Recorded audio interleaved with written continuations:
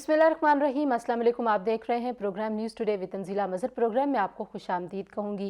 आज 27 दिसंबर है और 27 दिसंबर पाकिस्तान की सियासी तारीख में एक ऐसा खला पैदा कर गया ये दिन 2007 में, जब मोहतरमा बेनज़ीर भुट्टो, जो मुस्लिम दुनिया की पहली वज़ीर आज़म ख़ातून थीं और वो पाकिस्तान की 2 बार वज़ीर आज़म रहीं, पाकिस्तान पीपल्स पार्टी की चेयरपर्सन थीं, उनको शहीद कर दिया गया जब वो रावलपिंडी में एक जलसा करके वहाँ से निकल रही थी। उससे पहले भी उन पर हमला हुआ। बेनज़ीर एक सिर्फ सियासी शख्सियत के तौर पे ही पूरी दुनिया में मारूफ नहीं थी, बल्कि अपनी बहादुरी, अपनी हिम्मत, अपनी जुर्रत और छोटी सी उम्र में जिस वजाहत, फसाहत और बलागत के साथ वो इस खित्ते को और इस दुनिया को समझती थी, उसकी मिसाल भी नहीं मिलती।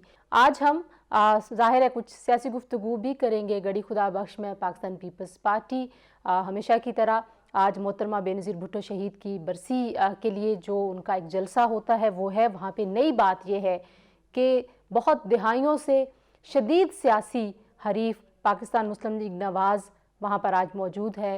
मरीम नवाज़ साहिबा आज मोहतरमा को खराज अकीदत पेश करने इस जलसे में शरीक हो रही हैं। PDM की दीगर क़यादत भी वहाँ पर है।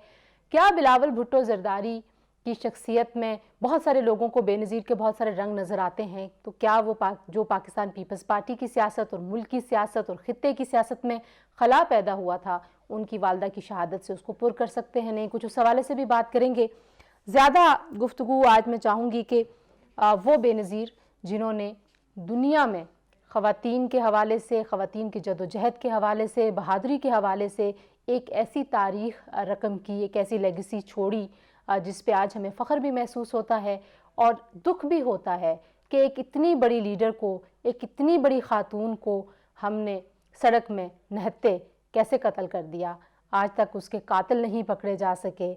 लेकिन दुख के साथ साथ ज़ाहिर है जमहूरियत के लिए जो मोहतरमा बेनज़ीर भुट्टो शहीद ने लेगेसी छोड़ी है, लग ये रहा है कि बिलावल भुट्टो ज़रदारी और पाकिस्तान मुस्लिम लीग नवाज़ को जब लीड कर रही है मरीम नवाज़ साहिबा, वह गैर रिवायती सियासी एक आपस में पार्टनरशिप करने जा रहे हैं, तो शायद वो लेगेसी हमें एक नए रंग में आगे बढ़ती हुई नज़र आएगी। मेरे साथ जो मेहमान मौजूद हैं वो मोहतरमा की शख्सियत को, जब वो पाकिस्तान वापस आई अपने वालिद जुल्फ़िकार अली भुट्टो की जो उनको फांसी दी गई उसके बाद, उन्होंने वो मनाजिर भी देखे हैं। मोहतरमा ने कैसे अपनी जद्दोजहद का आगाज़ किया, उनका कितना तारीख़ी इस्तकबाल हुआ और वो कैसे लोगों के दिलों में घर कर गई। इन तमाम अफराद ने खुद वो तमाम मनाज़र देखे हैं। मेरे साथ मौजूद हैं मुर्तज़ा सोलंकी साहब, किसी तारुफ़ के मोहताज नहीं, सीनियर सहाफ़ी हैं, कॉलम निगार हैं, तज्ज़ियाकार हैं। सोलंकी साहब बहुत शुक्रिया। इफ्तिखार अहमद साहब, एक और रिनाउंड जर्नलिस्ट, पाकिस्तान का एक बड़ा नाम, हमें ज्वाइन करें लाहौर से। इफ्तिखार साहब आपका भी बहुत शुक्रिया। और हमारे बहुत ही अच्छे दोस्त रज़ा रूमी, एक मारूफ सहाफ़ी हैं, कॉलम निगार हैं, तज्ज़ियाकार हैं, और रज़ा रूमी भी हमें ज्वाइन करें। आप तीनों की मैं बहुत मशकूर हूँ। गुफ्तगू का आगाज़ रज़ा मैं आपसे करना चाहूँगी। बैरूनी दुनिया में आप अभी जाके पढ़ाते भी हैं, वहाँ के सहाफ़ियों से हम सभी की बातचीत होती रहती है, आपका इंटरेक्शन ज़रा ज़्यादा है। मोहतरमा की शख्सियत अगर हम ग्लोबल पर्सपेक्टिव्स में उसको तलाश करने की कोशिश करें तो क्या फुटप्रिंट आपको नज़र आता है, और कैसे दुनिया उस वक्त मोहतरमा बेनज़ीर भुट्टो को देखती थी जब वो अपने वालिद के वफ़ात के बाद पाकिस्तान आई? जी शुक्रिया तंजीला, सबसे पहले तो मुझे मदऊ करने का और इतने अहम आज के हवाले से मौजू पर बात करने का। देखिए, बेनज़ीर भुट्टो शहीद जो थी, उनका पाकिस्तान में तो जो स्टेचर और मर्तबा था वो तो हम सबके सामने है, लेकिन उनका एक बैनुल अक़वामी बहुत बड़ा स्टेचर था और जिसे आप कह सकती हैं वो एक ग्लोबल आइकॉन थी। और मैं आपको ये तो बता सकता हूँ, आपने तो अभी का पूछा है, मैं चूंकि बाहर पढ़ा भी हूँ, तो जब मैं स्टूडेंट भी था तो पाकिस्तान की पहचान जो थी वो बेनज़ीर भुट्टो के नाम से होती थी। हालांकि उस वक्त वो इक़्तिदार में भी नहीं आई थी पहली बार भी, लेकिन उनकी जो जद्दोजहद और उनकी जो शख्सियत थी उससे तमाम आलम वाकिफ था। और उसके बाद उनकी जब वो पहली खातून वज़ीर आज़म बनी किसी भी इस्लामी मुल्क की, वो भी एक बहुत ही काबिल फ़ख्र चीज़ थी। उन्होंने बहुत सारी मिथ्स जो थी मुसलमानों के बारे में और मुस्लिम माशरों के बारे में, उनको उन्होंने ब्रेक किया एक अपनी कायदाना सलाहियतों से, और फिर जो नजरियात उन्होंने पेश किए और चाहे उसमें जमहूरियत हो, इंसानी हकूक की अलमबरदारी हो, खवातीन की हकूक का तहफ़्फ़ुज़ हो और गरीबों की जो है वेलफेयर की बात हो या मसावात की बात हो, तो उनके आइडियाज जो थे वो दुनिया भर उनको बहुत पजीराई मिली। और अगर आपको याद हो तो अपनी शहादत से पहले उन्होंने एक बहुत अहम किताब जो है वो तहरीर की थी, जो कि इस्लाम और मगरबी दुनिया के दरमियान एक रिकन्सिलिएशन या एक अंडरस्टैंडिंग की बात की गई थी। वो किताब आज भी अगर आप देखें जो कुछ हो रहा है दुनिया में, इस्लाम के से नफरत या मुसलमानों के ऊपर जो कुछ हो रहा है मुख्तलिफ ममालिक में, मगरबी यूरोप में, अमेरिका में वगैरह, तो वो किताब बहुत अहमियत की हामिल थी, क्योंकि उन्होंने ये कहा था कि ये वक्त है कि आगे एक डायलॉग की जरूरत है आलमी खाते के ऊपर। और इसीलिए वो जमहूरियत में बड़ा उनका जो एतकाद था, वो आज भी जो भी दुनिया में जमहूरियत पसंद लोग हैं वो सब बेनज़ीर भुट्टो को जानते हैं और उनकी जो खिदमात और बिल आखिर जो उनकी बहुत बड़ी कुर्बानी थी, जाती कुर्बानी, उसके भी मोतरफ हैं। सही। इफ्तिखार साहब, आपसे भी मैं मोहतरमा की शख्सियत के हवाले से कुछ अगर आपके पास यादें हमसे शेयर करने के लिए, और जब वो लाहौर का वो जो तारीखी इस्तकबाल है जिसके मनाजर हम जैसे जो सियासत के और सहाफ़त के तालिब इल्म हैं, जब हम उन मनाजर को देखते हैं तो आपको वो एक अनप्रेसिडेंटेड एक चीज़ लगती है।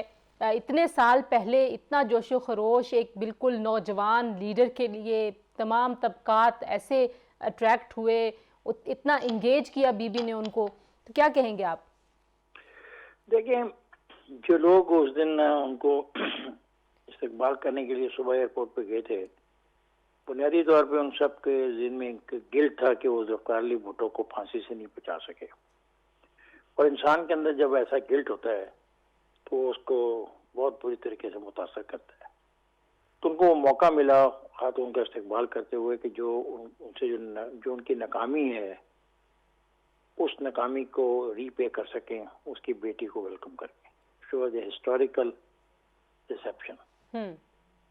क्या था, एक ट्रक था, उस पर वो लोग बैठे हुए थे, ना तो कोई पुलिस उसको कंट्रोल कर रही थी, ना कोई फौज कंट्रोल कर रही थी, ना कोई रेंजर कंट्रोल कर रही थी। वो वर्कर्स पे डिपेंड करता था, सारे मुल्क के वर्कर्स आए हुए थे। मैंने एक लड़के को देखा जो भुट्टो के नारे लगाता हुआ जा रहा था, नंगे पांव था। मैं उसके साथ कुछ अर्सा चला माल पे, मैं देखता रहा कि शायद वो मीटअप दिखेगा, लेकिन लगता था वो किसी ट्रांस में है, वो नारे मारता जा रहा है।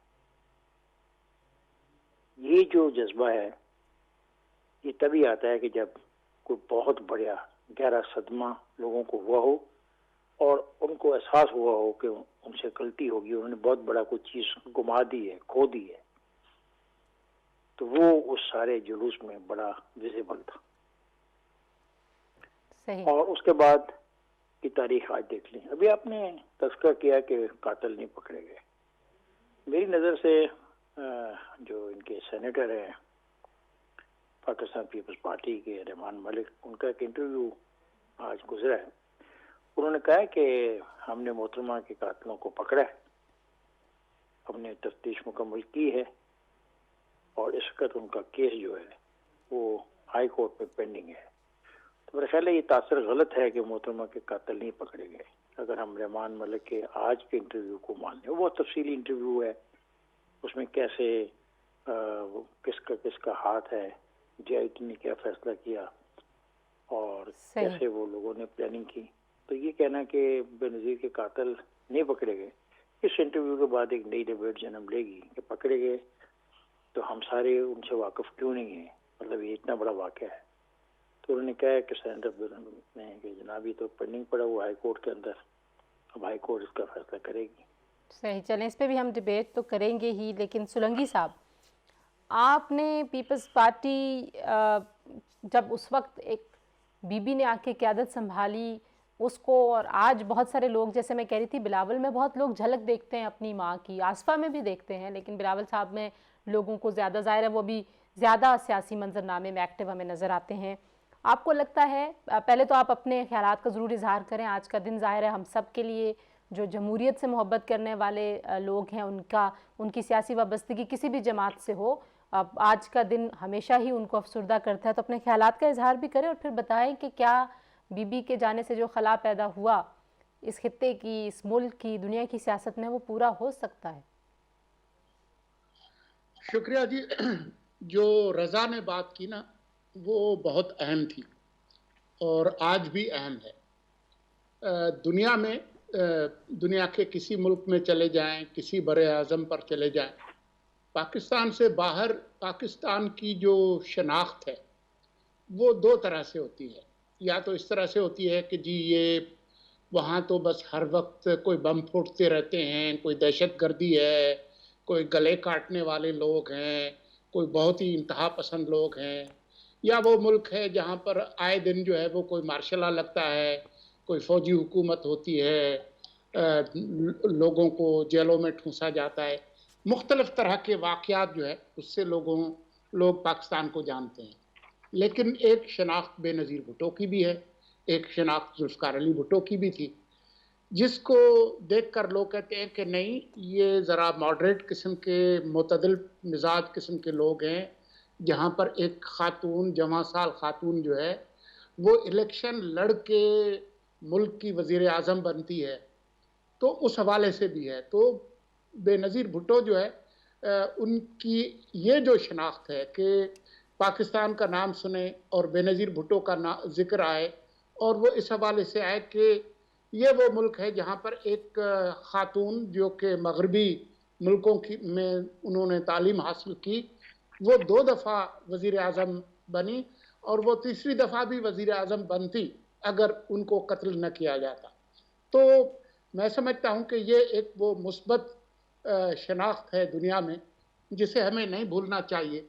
ये बदकिस्मती है कि हमारे यहाँ जो सियासत के अंदर जो बदतमीज़ी और बदअखलाक़ी आई हुई है, उसकी वजह से हमारे वो जो निशानात हैं जिस पर हमें फ़ख्र करना चाहिए, और जो कौमी निशान है, मतलब बेनज़ीर भुट्टो सिर्फ पीपल्स पार्टी के लीडर नहीं है, वो पाकिस्तान के लीडर है। तो उसको जिस तरीके से हमारी हुक्मरान जिस तरीके से देख रहे हैं, या आज ही का दिन अगर आप देखें टीवी चैनल्स पर जिस तरह के बयानात आपको हुक्मरान जमात की तरफ से सुनने को मिलते हैं, तो बंदे का सर जो है वो शर्म से झुक जाता है। मुख्तसरन जो बात है वो ये है कि बेनज़ीर भुट्टो की जो ज़िंदगी थी, जिस तरीके से 26 साल की उम्र में उनके वालिद को उनसे महरूम किया गया। अगर आप उनकी किताब पढ़ें, डॉटर ऑफ द ईस्ट, उसमें जो उन्होंने जिक्र किया है कि उनके साथ जो जुल्म और ज़्यादती हुई उनके वालिदा के साथ और उनके पूरे ख़ानदान के साथ, उसके बावजूद किसी भी मरहले पर बेनज़ीर भुट्टो ने हिम्मत और हौसला नहीं हारा, और आखिरी वक्त तक जो है वो जो उनके जमहूरी आदर्श था उसके लिए वो लड़ी। बावजूद इस बात के कि पाकिस्तान के सियासी ख़ानदानों में शायद इतनी कुर्बानियाँ और इतने मजालिम किसी सियासी ख़ानदान पर नहीं हुए। उनके वालिद, उनकी वालदा, उनके 2 जवान भाई, खुद उनकी अपनी ज़िंदगी जिस तरीके से 54 साल की उम्र जो है वो कोई इतनी बड़ी उम्र नहीं है। आज अगर वो जिंदा होती तो 67 साल की होती। 67 साल जो है वो कोई इतनी लंबी उम्र नहीं है। सही। तो मैं समझता हूँ कि ये एक आज भी अगर हम उनकी बरसी पर जो देखते हैं वो ये है कि उनकी जो भी मुख्तसर ज़िंदगी थी उसमें उन्होंने हिम्मत के साथ काम लिया, अपने आदर्शों पर समझौता नहीं किया, लेकिन वो बहुत ही एक लचकदार खातून थी। उन्होंने अपने दुश्मनों को भी गले से लगाया अगर वो जमहूरी जदोजहद में और उनके जो मकासद थे सियासत में, उसमें किसी तौर पे भी उनके साथ मुआविन साबित है। ठीक है। अच्छा, एक जो आज चीज़ हमें देखने को मिल रही है, एक तो सोलंकी साहब आपने कहा कि जो हुक्मरान जमात है पूरा दिन आज हम उनके वुज़रा और उनके जो मुशीर हैं उनकी तरफ से बहुत ज़्यादा तनकीद सुनते रहे मरीम नवाज़ के गली खुदा बख्श जाने पे, और वो कहते रहे कि अंदर से एक ही हैं। जब हम अभी ब्रेक लेते हैं, ब्रेक से जब हम वापस आएंगे तो क्या ये जो नई क़यादत है दोनों जमातों में, बहुत सारे लोग ये समझते हैं कि जब बिलावल भुट्टो ज़रदारी कुल मुख्तार होंगे पीपल्स पार्टी के, तो वो जमात जो उसके बारे में कुछ इमेज बहुत सारे लोगों ने ख़राब किया ज़रदारी साहब के नाम को सामने रखते हुए, वो इमेज बेहतरी की तरफ जाएगा। तो ये जो दोनों नौजवान लीडर्स हैं क्या ये गैर रवायती कोई पार्टनरशिप सियासत में लेके चलने वाले हैं, और ये कितना अच्छा जेस्चर है, और जाहिर है एक पीडीएम की मूवमेंट भी चल रही है, कुछ उस पर भी बात करेंगे जी। ब्रेक के बाद हमारे साथ रहिए।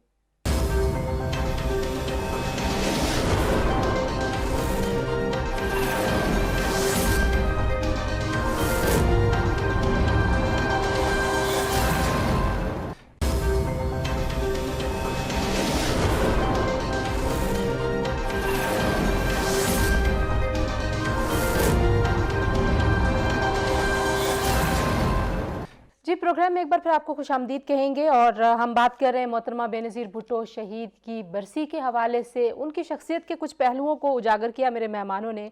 रज़ा, जमहूरियत के हवाले से बेनज़ीर ने जो अपनी ज़िंदगी में बहुत कोशिश की, जो मिसाक जमहूरियत हुआ, हमारी सियासत का बहुत सारा अंदाज़ बदल गया जब वो बरसों के हरीफ एक दूसरे के साथ बैठे और कुछ मामलात के ऊपर कुछ उसूल तय हो गए। आज हम देखते हैं कि मरीम नवाज साहिबा गड़ी खुदा बख्श गई हैं और बहुत ज़्यादा उनको तनकीद का निशाना बनाया जा रहा है पाकिस्तान तहरीक इंसाफ की जानिब से, और वो कह रहे हैं ये अंदर से एक ही हैं और ये सारा ड्रामा है और ये है। कतई नज़र उस तनकीद के, आपके ख्याल में क्या बिलावल भुट्टो जरदारी साहब और मरीम नवाज साहिबा, आपको लगता है कि कोई गैर रवायती एक पार्टनरशिप सियासत में बना सकते हैं, या कायम कर चुके हैं, या करना चाहते हैं? किस तरीके से देखते हैं आप इन दोनों को?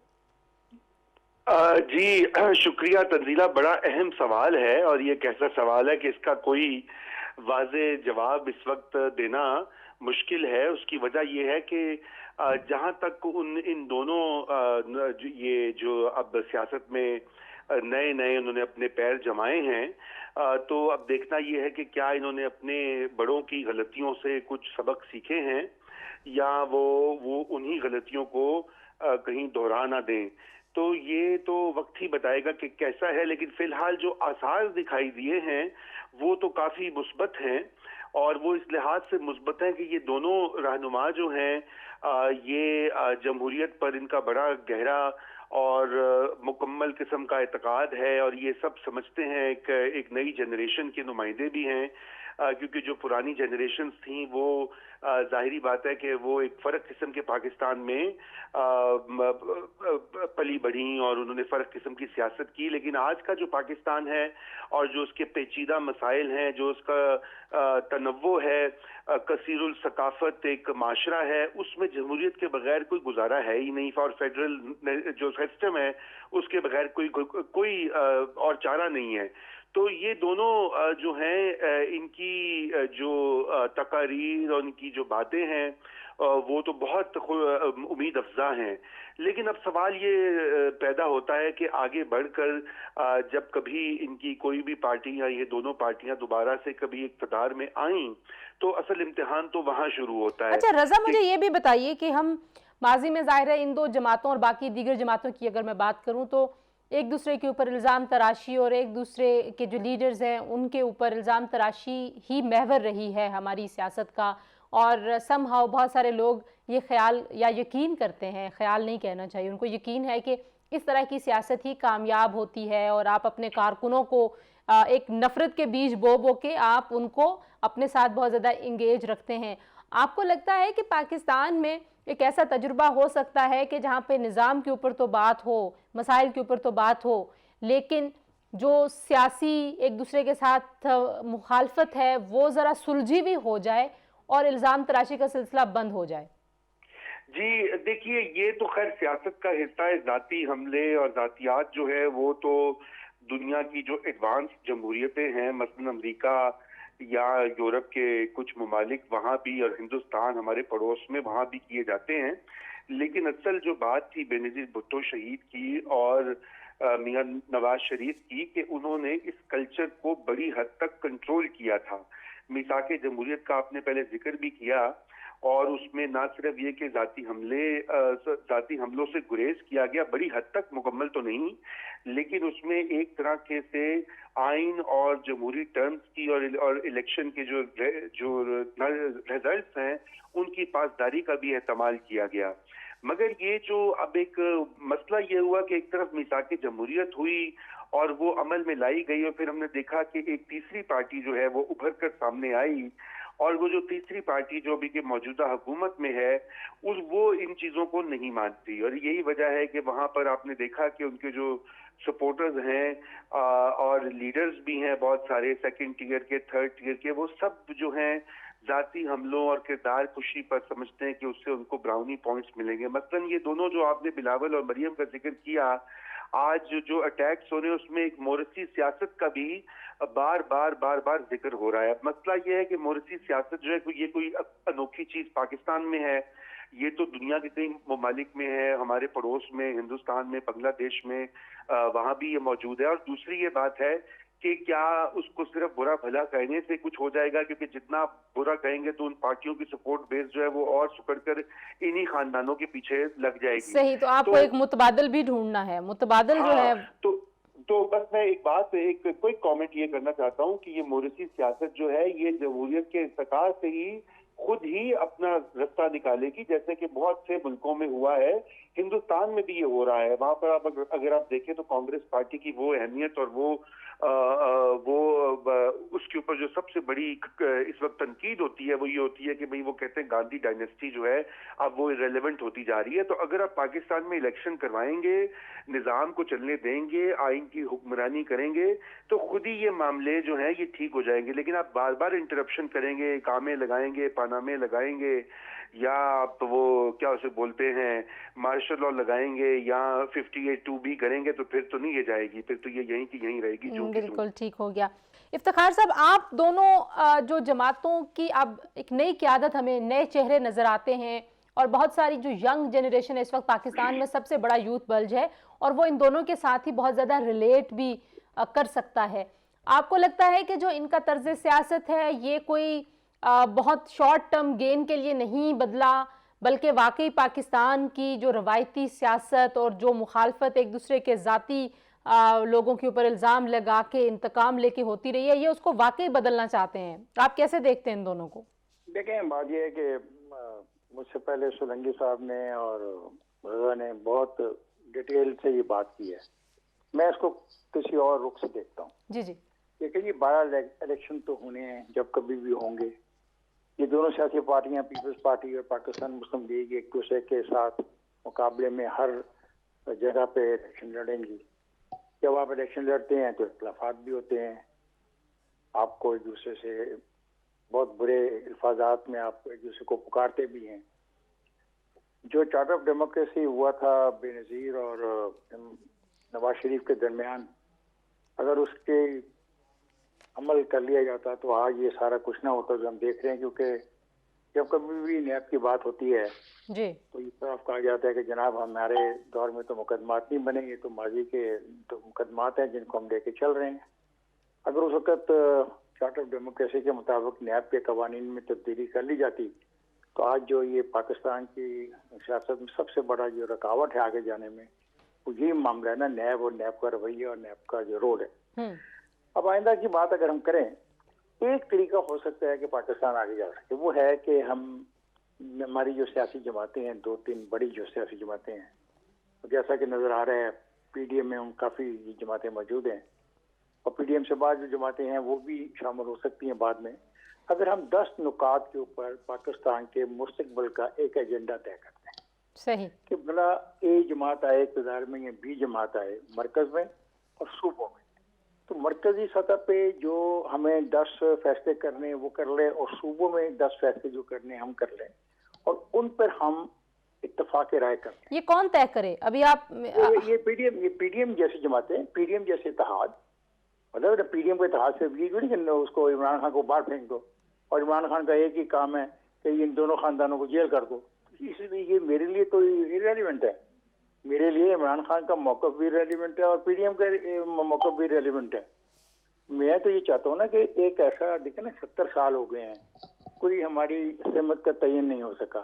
तो आपने जो बात शुरू की है, बड़ी अच्छी बात लगी मेरे कानों को, कि नौजवान नस्ल आ रही है, नौजवान लोग आ रहे हैं, और भी आएंगे। ये सिर्फ मरियम या बिलावल की बात नहीं है, हर खानदान से एक नौजवान जो है वो आगे आ रहा है।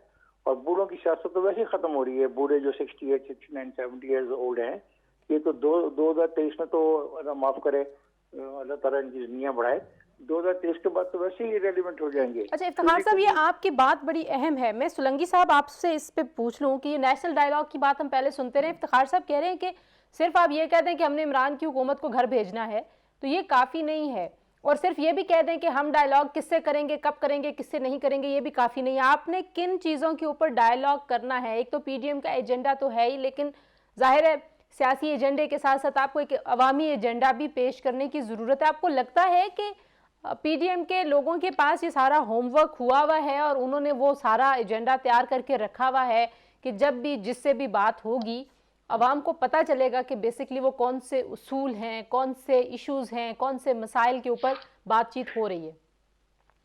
देखिए जी, जो बुनियादी उसूल है वो एक ही है। वो ये है कि जो मुंतखब लोग हैं उनके ऊपर सिर्फ जिम्मेदारी नहीं होनी चाहिए, अख्तियार उनके पास होना चाहिए।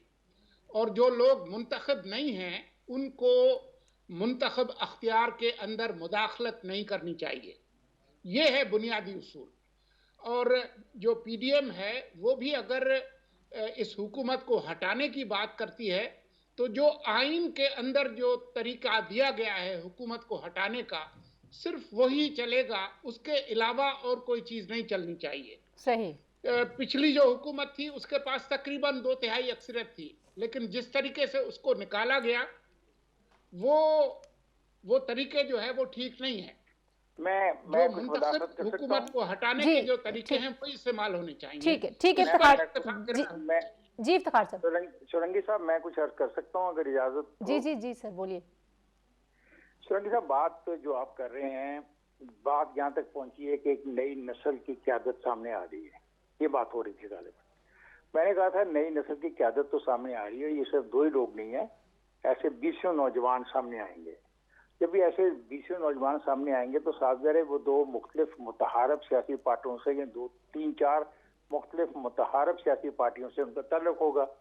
जब वो इंतखाबात में जाएंगे तो साथ वो माफ तो नहीं करेंगे एक दूसरे को, और उन्हीं की इस नालायकी की वजह से आज भी नैब के मुकदमात जो हैं वो माजी के हैं और न नैब के कवानीन में तब्दील की। ये मेरी मिसाल थी।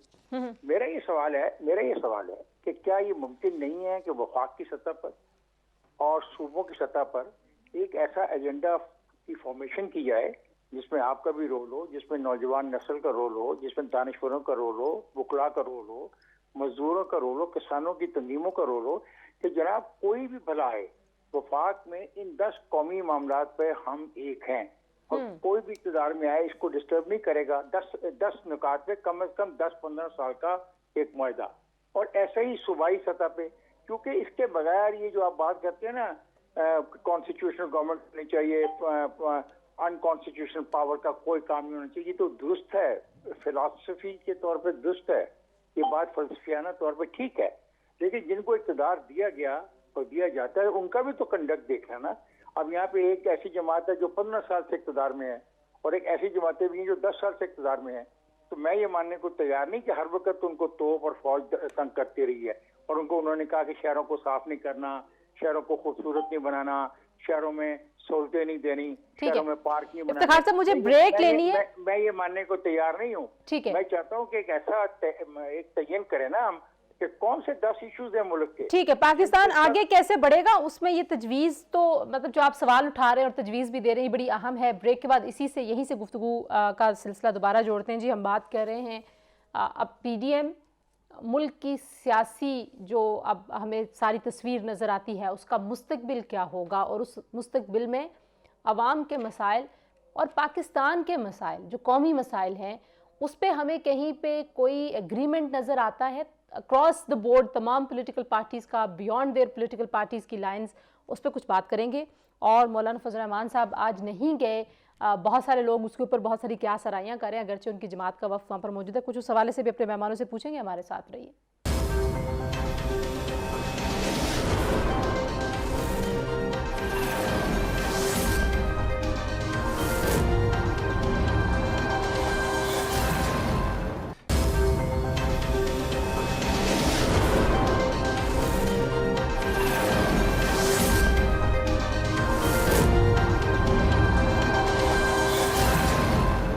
जी प्रोग्राम में एक बार फिर खुशामदीद कहेंगे और अब हमें ज्वाइन किया सीनियर सहाफ़ी एंकर पर्सन आसमा शिराजी साहिबा ने और मुर्तज़ा सुलंगी साहब और इफ्तिखार अहमद साहब हमारे साथ मौजूद ही हैं।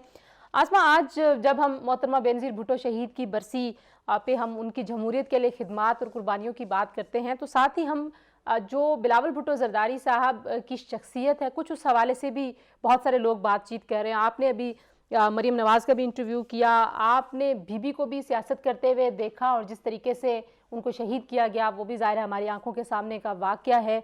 आपको लगता है कि जो जमहूरियत की लेगेसी बीबी ने छोड़ी है, अब बिलावल की क़यादत में पाकिस्तान पीपल्स पार्टी उस लेगेसी को आगे लेके चलने के लिए तैयार हो चुकी है या हालात अभी भी उनके लिए साजगार नहीं है?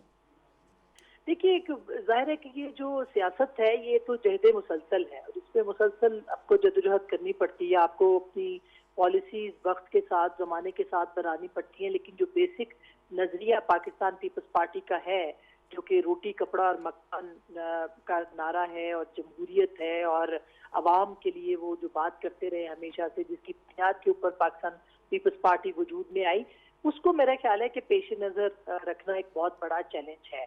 बिलावल भुट्टो बेसिकली एक प्रोग्रेसिव लिबरल जमात के और के लिबरल प्रोग्रेसिव रहनुमा हैं, कायद हैं, चेयरमैन हैं, लेकिन उनको इस जमाने के साथ साथ जाहिर है चलने के लिए बहुत ज्यादा चैलेंजेस का सामना करना पड़ेगा और खास करके जमहूरियत के लिए जाहिर है कि जो स्ट्रगल उनसे लोग तवक्को करते हैं, जिस जदोजहद की जो मोहतरमा ने की, चाहे ये MRD थी या ARD थी और फिर मिसाक़े जमहूरियत जो कि ARD की मूवमेंट के बाद सामने आया, तो अब ज्यादा जो जिम्मेदारी बन जाती है वो PDM को जो कि कन्वीन करने का जो सेशन था वो भी बिलावल भुट्टो का इनिशिएटिव था और ये कॉन्फ्रेंस जो हुई थी PDM की, ये भी बिलावल भुट्टो साहब ने जब वो नवाज शरीफ साहब से जेल में मिले थे उस वक्त उनके साथ मिसाक़े जमहूरियत को एक्सटेंड करने की बात की थी। लिहाजा ये जिम्मेदारी पाकिस्तान पीपल्स पार्टी के बराबर आज के नवाज शरीफ साहब की जमात के ऊपर जवाब ले सकते हैं। अच्छा, प्रोग्राम के आखिर में